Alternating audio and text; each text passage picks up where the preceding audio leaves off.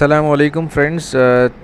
In our last video we have discussed mean, median and mode for ungrouped data, and in this video we are going to discuss the same topic but for group data, discrete frequency distribution. So this is our second data type, group data with discrete frequency distribution.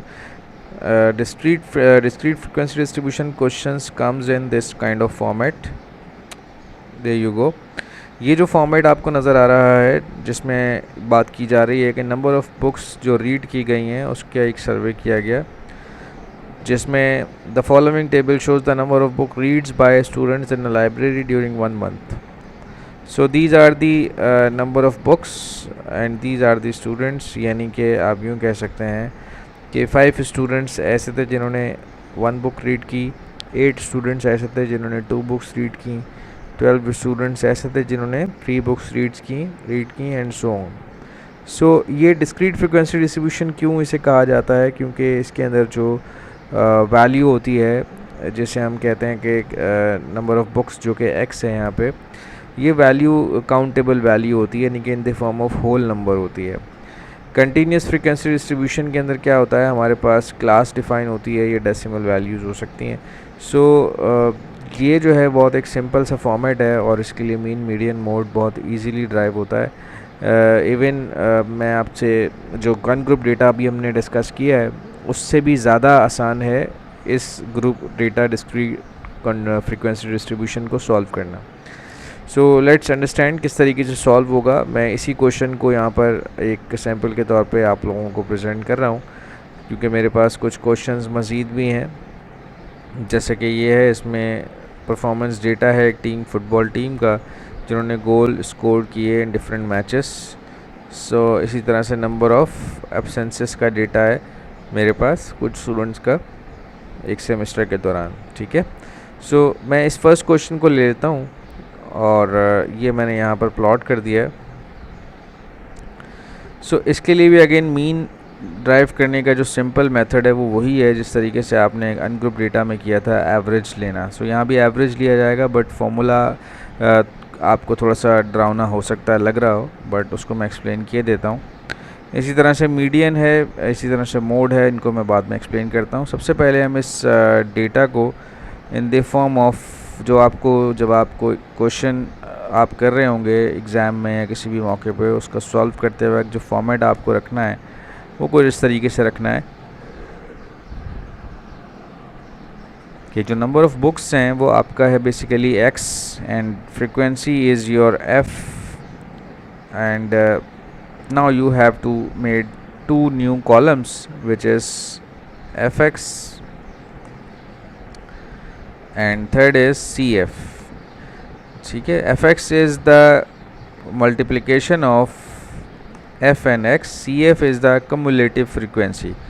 So fx की अगर मैं बात करूँ तो this multiply by this, ये मेरे पास fx drive हो चुका है. cf की अगर मैं बात करूँ तो cf is the cumulative frequency. So cumulative frequency हम इस तरीके से निकाल सकते हैं कि यहाँ पर इसकी जो फ्रिक्वेंसी है वो 5 थी. ठीक है.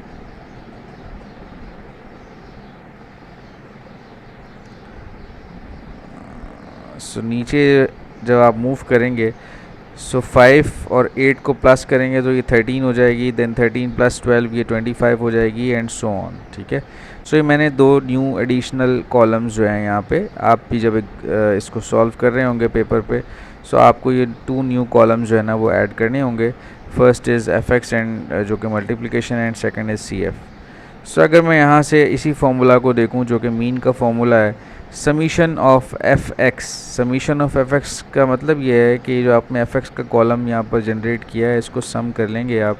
सो आप तो कैलकुलेटर से कर रहे होंगे. सो ये आपके पास समीशन ऑफ fx आ चुका है, और then divided by summation of f यहाँ लिखा हुआ है. समीशन का जो सिंबल है ये बेसिकली सम के लिए यूज़ होता है. सो सिमिलरली यहाँ पे हम इसको सम कर लेंगे. सो ये मेरे पास समीशन ऑफ f आ गया है, जिसे हम nb कहते हैं. ठीक है. सो एज हमने ग्रुप डेटा में भी, अनग्रुप डेटा में भी देखा कि हमारे पास जो भी नंबर्स गिवन थे उनको जब हम काउंट करते हैं तो हमारे पास n आ जाता है. तो यहाँ पर हमने इसको काउंट किया क्योंकि ये 46 स्टूडेंट्स का डेटा है.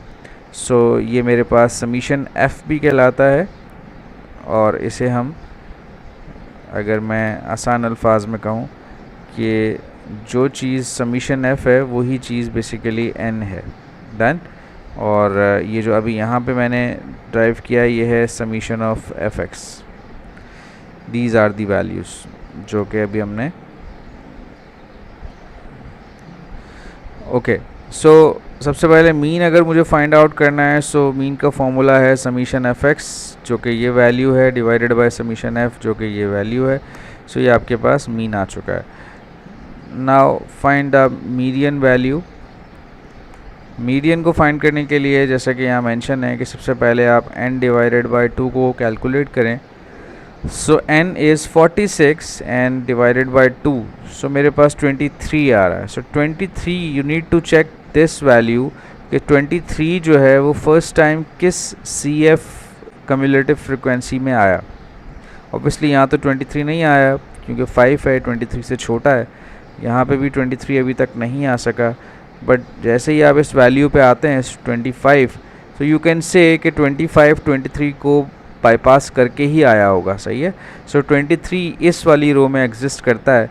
सो जिस रो में भी 23 एग्जिस्ट करता है ये आपकी मीडियन क्लास भी आप बोल सकते हैं या मीडियन रो बोल सकते हैं इसको। सही है।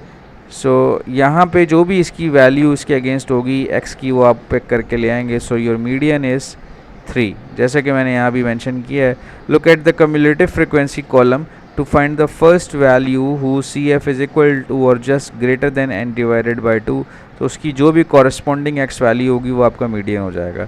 एंड मोड के लिए ये है कि जो भी हाईएस्ट फ्रिक्वेंसी होगी, यहाँ पर अगर आप नज़र मारें सो हाईएस्ट फ्रिक्वेंसी इज़ 12। सो 12 के अगेंस्ट जो भी वैल्यू x में होगी वो मेरे पास यहाँ पर मोड की वैल्यू बन जाएगी which is 3।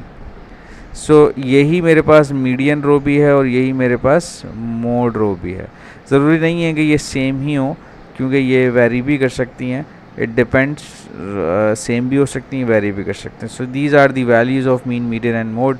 So hopefully you guys understand how to solve group data discrete frequency distribution. It's very easy, just remember the formulas. So concepts आपको पता होने चाहिए। इसी तरीके से तमाम क्वेश्चन सॉल्व होंगे डिस्क्रीट के जो कि आप कर सकते हैं।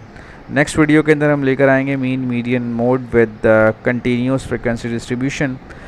इट्स अ बिट टफ और एडवांस लेवल टॉपिक बिकॉज उसके जो फॉर्मूलाज हैं वो थोड़े से ट्रिकी हैं। सो गेट रेडी, ये इसकी प्रैक्टिस करें। इंशाल्लाह नेक्स्ट वीडियो में आपसे मुलाकात होती है। Thank you.